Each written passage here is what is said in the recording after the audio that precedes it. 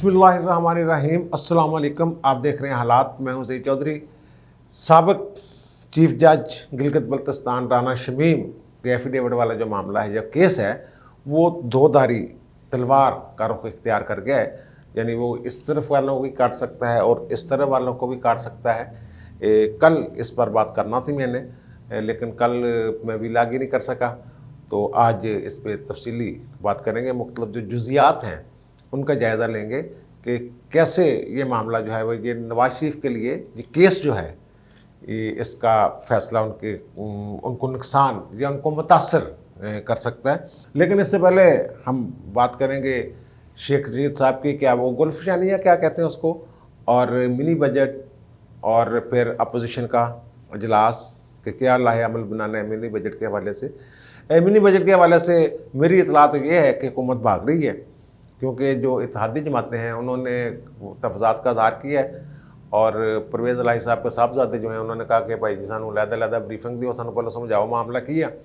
वो हमने वही बातें यार अवाम में जाना होता है, ये है वो है वगैरह, हम जो उनका काबीना का अजलास था उसमें, और दबे दबे लफ्ज़ों में तनकीद खान साहब पे, पॉलिसियों पे, हुकूमत पे, मुख्तलिफ वज़रा पे।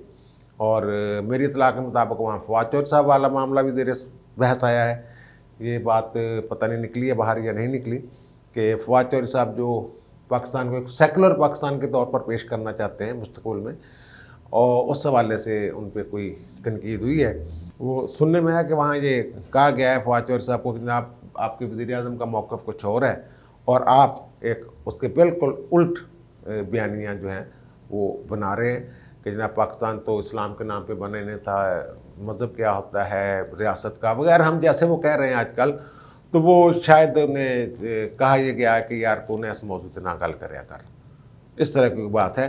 आइंदा पता चल जाएगा 2-4 दिन में अगर कोई तकरीर करते हैं सेकुलरिज़म और इस्लाम के हवाले से, और वो जो शिद्दत पसंद कह रहे हैं, मजहबी जमातों को इंतहा पसंद कह रहे हैं, इस हवाले से भी कुछ तफजात का इज़हार काबीना में किया गया है। ये क्योंकि बाकायदा एजेंडे का ऐसा नहीं होता, इसलिए वो मीटिंग मिनट्स में तो नहीं आनी होती बात, लेकिन जो उनका आपस में तयशुदा जो अमूर होते हैं उनमें ये चीज़ शामिल होती है कि जनाब ये तो सीधे ज़बानी कलामी अहकामात जो होते हैं कि ये यार आप इस पर हथौड़ा रखा करें, हमें बीच में ना टांग अड़ा दिया करें, इस तरह की बात सुनने में आई है। और मिनी बजट से वो मैंने अर्ज़ किया है कि वो इतला ये है कि IMF का तरला शरला मारेंगे दोबारा कि यार कानून तो बगैर ही साड़ी को हेल्प कर दो, जान दो, मेहरबानी थोड़ी, आर्डीनेंस मान लो। आर्डीनेंस भी चलो 120 दिन तक चलेगा ना। तो दूसरी तरफ अपोजिशन की जमातों का, जब मैं विलाग कर रहा हूँ इस वक्त इजलास हो रहा होगा वहाँ उनका, कि मिनी बजट अगर हुकूमत लेके आती है तो क्या लाहे अमल बनाना है। वो जोड़ तोड़ कर रहे हैं, बंदे पूरे कर रहे हैं, राब्ते पहले ही कर रहे हैं। इत्तेहादी जो हैं उनसे भी उनके जो हैं वो राब्ते हो रहे हैं, और इस पर सूबाई और कौमी सतह की जो तंजीमें हैं सियासी, यानी नून लीग पंजाब वाले जिस पे असरअंदाज हो सकते हैं वो असरअंदाज होने की कोशिश कर रहे हैं। अपोजिशन के हुकूमत के इत्तेहादी जमातों के जिन अरकान को वो साथ मिला सकते हैं, जो उनकी लीडरशिप से बात जो है वो हो रही है, तो वो मिनी बजट में वो उनको देंगे टफ टाइम अपोजिशन वाले। और अगर वो निकल गया हाथ से, इनके बजट मंजूर नहीं होता, वो पेश कर बैठते हैं और मंजूर नहीं होता, तो इसका मतलब आदम एतमाद वज़ीर-ए-आज़म साहब गए। शेख रशीद साहब ने कल परसों फरमाया था कि जनाब इमरान के सर से एस्टेब्लिशमेंट का हाथ उठा नहीं है, अभी यही फरमाया था ना। अब उन्होंने फिर फरमाया कि जनाब तमाम सियासी जमातें जो इस दौड़ में लगी हुई है, भाग दौड़ में है कि किसी न किसी तरीके से हमारे ऊपर हाथ रख दे एस्टेब्लिशमेंट।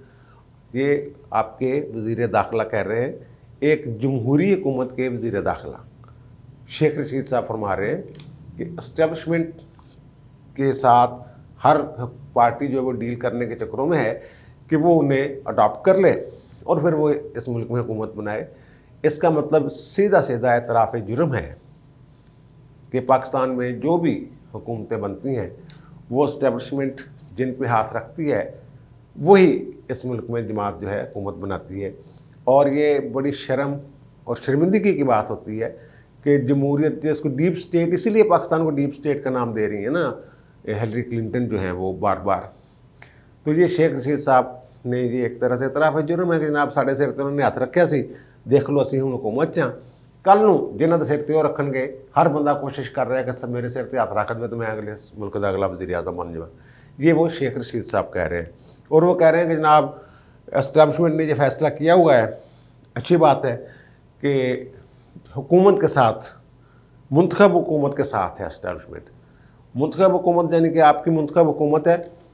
पहली बात आपकी जो है वो ये कह रही है कि यहाँ हुकूमत वही मुंतखब होती है जिस पर एस्टैब्लिशमेंट हाथ रखती है, इसलिए तो वो हाथ रखवाना चाह रहे हैं। इसका मतलब को जमहूरी तरीके से मुंतखब होकर नहीं आए हैं आप पे उन्होंने हाथ रखा। और वो यार सारी बातें तो यार ओपन है ना, धरने धुलने वाली बात, वो वज़ीर इस्लाम की वो गुफ्तगू और सारा चीज़ें, बहुत सारी चीज़ें लीक हो चुकी हुई हैं कि वो धरना दिलवाया गया था स्पेशल इमरान खान से, और ताहिर अल कादरी को स्पेशल बुलवाया गया था कनाडा से कि आके जनाब भरा दी मदद कर। अगर इतना ही इनका जोर था, काट था, तो अब उनकी वो ताहिर अल कादरी की जो जमात है उसके साथ इमरान खान लिफ्ट क्यों नहीं करवा रहे उनको। वो हर हफ्ते बाद, 2 हफ्ते बाद एक बयान जारी करते हैं सानिया मॉडल टाउन का, और 3 साल से हुकूमत इमरान खान की है, तो उनको इंसाफ क्यों नहीं मिल रहा? क्यों इतनी कमज़ोरियाँ छोड़ी हुई हैं? इस्तगासा क्यों नहीं तेज़ी के साथ मामला आगे चला रहा? पर वो एक अलग बहस है, दूसरी तरफ निकल जाएंगे। वैसे मैं मौजू से भटक ही जाता हूँ आम तौर पर, बीच में कोई बात आ गई तो बीच में उस तरफ चला गया।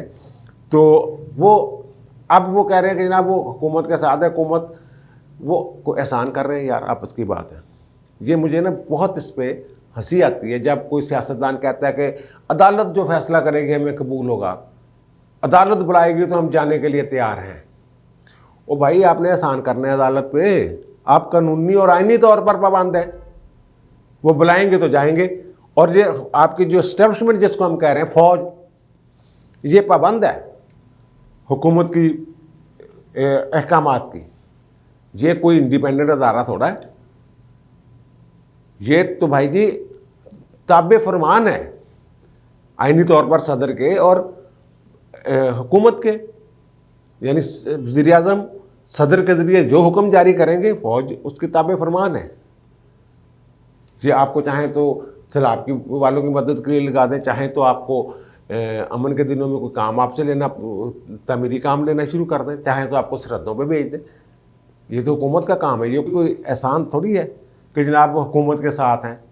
हुकूमत का हिस्सा एक महकमा है मतहत, वो जो इंडिपेंडेंट अदारा कहते हैं, मुझे तो कहीं नहीं मिला कि जी इंडिपेंडेंट अदारा है कोई। इंडिपेंडेंट अदारे तो इस मुल्क में जो आइनी तौर पे जो कहते हैं 3 सतून है, वो मुकन्नना है, अदलिया है और इंतज़ामिया है। और इंतज़ामिया का एक हिस्सा जो है वो फौज भी है, रेंजर्स भी है, जैसे पुलिस एक महकमा है। इसी तरह बहरहाल क्योंकि वो ताकतवर लोग हैं, उनके पास बंदूकें हैं, ताकत भी है, तो ज़ाहिर है फिर वो उनका जो कहा हुआ है, जो फरमाया हुआ है, वो मुस्तनद हो जाता है। मुस्तनद है मेरा फरमाया हुआ, वो जो कह देते हैं ना वो हो गया। फिर सारी हुकूमतें भी खौफजदा होती हैं, मार्शल लॉ इतने लगे हैं इस मुल्क में। तो बहरहाल शेख रशीद साहब ने जो फरमाया है, इससे कोई अच्छे, वो कहते हैं ना कि बैड टेस्ट का जो बयान है कि जनाब वो एस्टैब्लिशमेंट उनके साथ है और फलां उनके साथ है। भुट्टो साहब ने बड़ी कोशिश की थी 77 में कि किसी तरीके से वो बयान ऐसा आ जाए कि फ़ौज हुकूमत के साथ है। वो दे भी दिया था उन्होंने बयान, अब वो पता नहीं बयान दिया नहीं, पहले रेडियो टीवी पे वो बयान आ गया ज़िया का कि जनाब फ़ौज हुकूमत की ताबे है, इससे जैसे ये कह रहे हैं फरमा रहे हैं। तो लेकिन तीसरे दिन मार्शल लग गया था। कहने यानी अवाम को ये तासर देना, जैसे मैंने पहले कल या परसों ये कहा था कि ये तासर दिया जाता है कि जनाब अमेरिका फ़लाँ सियासी जमात के साथ है, तो उसकी फिर तरदीद नहीं करते हुए सियासी जमात, क्योंकि पाकिस्तानी अवाम ये समझते हैं कि आलमी इस्टेब्लिशमेंट ने जिस पे हाथ रख दिया है वो पाकिस्तान में हुकूमत बनाएगा। तो वो फिर चुप कर रहे थे, चलो यार तासर कैम रहने दो, तासर कैम रहने दो। ऐसे ही ये एक तासर है, इसको इस तासर को ख़त्म होना चाहिए कि जनाब इस्टेब्लिशमेंट ने इस पर हाथ रख दिया। और ये ख़त्म कौन करेगा? अवाम। जब अवाम को ये पता चल जाएगा कि असल हुक्मरान वो हैं, उनको ओनरशिप वो ले लेंगे इस मुल्क की, तब फिर ये हालात जो है वो ठीक होंगे और ये आहिस्ता आहिस्ता हो जाएगा ठीक। ये जो मामला है ना, अगर आप लोग जो हैं, हम आप सब इस बात पे आ जाएं कि जनाब जो हमारा हक़ हुक्मरानी है उस पर कोई डाका ना डाले। हमारे मुंतखब नुमाइंदे जो हैं, जो आइन हमें ये राइट देता है कि अपने मुंतखब नुमाइंदों के ज़रिए आप हुकूमत करेंगे खुद अपने ऊपर, तो वो अगर हम अपने राइट को समझ जाते हैं और उसके मुताबिक काम करते हैं, तो ये भी तो हमारे हम में से ही हैं ना जो फौजी भाई हैं। तो इन्होंने फिर वो ज़ाहिर है फिर वो हमारे अगर देख लेंगे रवैये कि अवाम दा रवैया बड़ा गड़बड़ अभी गुस्से जिन्हें बहुत ज़्यादा, ठीक है ना, वही रद्द-ए-अमल लेते हैं ना कि अगर हम फ़लाँ काम करेंगे तो फ़लाँ। अब इस्लामी शिक्कों को या मुख्तलिफ जो एक दफ़ा कानून बन जाता है किसी न किसी हवाले से, मजहबी हवाले से, तो फिर उसको ख़त्म करना बहुत मुश्किल हो जाता है। कहते हैं ना बने तो ना बने, बन जाए तो फिर अग्गां लग जाती हैं। वो अवामी की ताकत होती है ना। बेशक अवाम का पूरे 100% लोग नहीं होते उस पुरतशद्दद कार्रवाइयों में शामिल नहीं होते कि इसको उस कानून के तहफ़्फ़ुज़ के लिए। दिल में तो हर के हो सकता है, हर एक से सोच सकता है यार ये कानून अब बन गया तो इसको ख़त्म ना किया जाए, लेकिन वो मुज़ाहरों में और दूसरे दीगर जो मैंने कहा है पुरतशद्दद मुज़ाहरों में शामिल आम लोग नहीं होते, लेकिन एक खौफ होता है ऊपर कि यार इस मामले में ना छेड़ो। और फिर वज़ीरों से भी इस्तीफ़े ले लिए जाते हैं। उनके दौर में हुआ ना, शाहिद अहमद से इस्तीफ़ा लिया ना इमरान खान ने, सॉरी नवाज शरीफ की हुकूमत ने। वो जब उन्होंने वज़ीर कानून थे तो वो जो कवानीन थे, इलेक्शन कवानीन, उसमें एक उन्होंने हल्फनामा जो है वो कम कर दिया था, तो उस पर उनको रिज़ाइन करना पड़ गया था।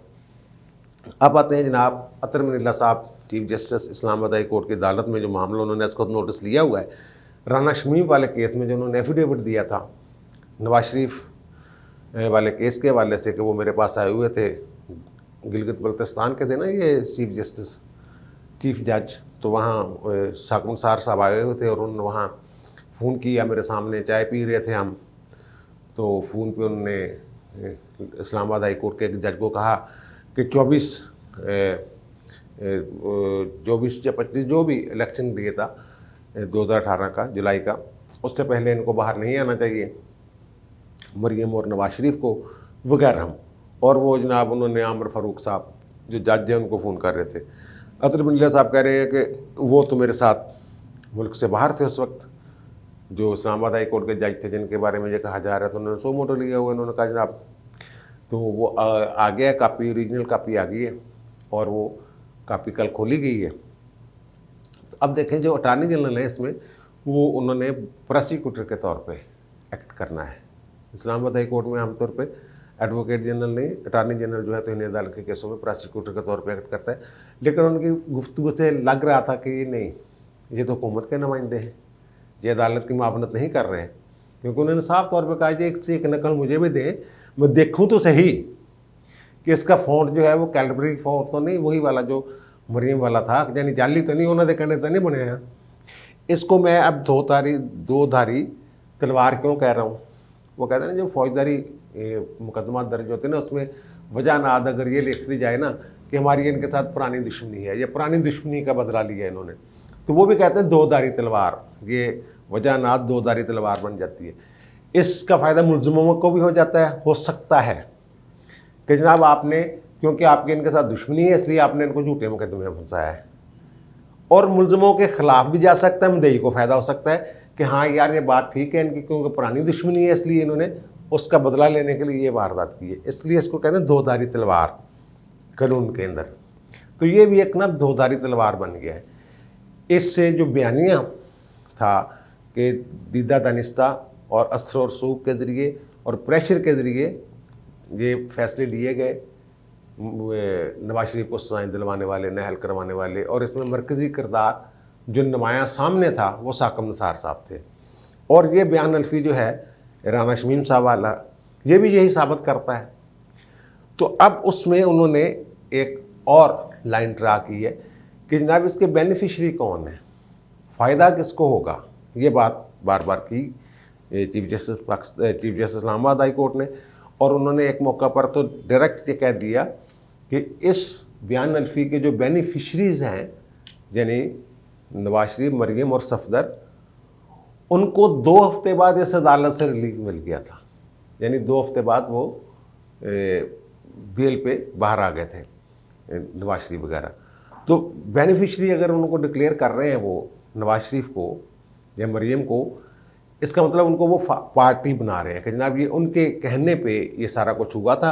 और उनका ये कि ऐसा बयानिया बनाया जा रहा है जिसे हर कोई सच जान रहा है, ये कहा है अतरम नीला साहब ने।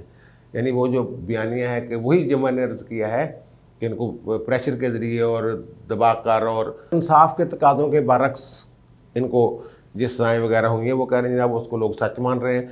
जबकि ये पूरी जो हाई कोर्ट है, इस्लामाबाद हाई कोर्ट, उसकी इज़्ज़त का मसला है। और वहाँ जो बात की पाकिस्तान, उन्होंने मावनत के लिए भी तलब की ना बहुत सारे वकला, तो पाकिस्तान बार कौंसिल के जो वकील थे उन्होंने कहा कि जनाब इस बयान अल्फी में जो भी फरीक है ना, यानी कि साकब साहब और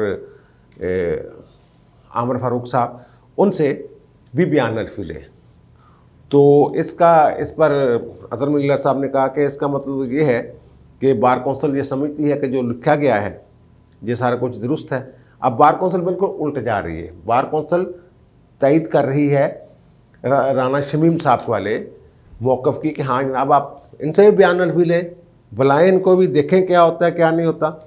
और वो फिर कह रहे हैं जनाब के जो बेनिफिशरीज़ हैं उनके दफ्तर में ये सारा जो माहदा वगैरह जो बयान अल्फी वगैरह तैयार हुआ, तो वो कहते हैं अटॉर्नी जनरल साहब इसकी तरदीद नहीं हुई। तो उनके जो लतीफ़ अफरीदी हैं राना शमीम के वकील, उनका जनाब इसकी टीवी पे इंटरव्यू में तरदीद कर चुके हैं कि जनाब मैं अकेला था जब जिस वक्त मैंने ये किया था, कि वो कहना 3 दिन से बात हो रही है। और फिर एक और बात जो साकब निसार साहब ने कहा था कि जनाब ये मुझसे चाहते थे कि मैं तस्वीर इनको मिल जाए, तो वो अतरम नीला साहब ने कहा है जो चीफ जस्टिस हैं इस्लामाबाद हाई कोर्ट के केस में, उन्होंने कहा जनाब ये आपको पता है कि कैसे तकर्रर होता है वहाँ चीफ जज का गिलगित बल्तिस्तान का। तो वो कहते हैं उसमें चीफ जस्टिस पाकिस्तान की मंजूरी की ज़रूरत नहीं होती। ये इस तरह से ना इसके कई पहलू, इधर को भी जा रहा है केस, इधर को भी जा रहा है।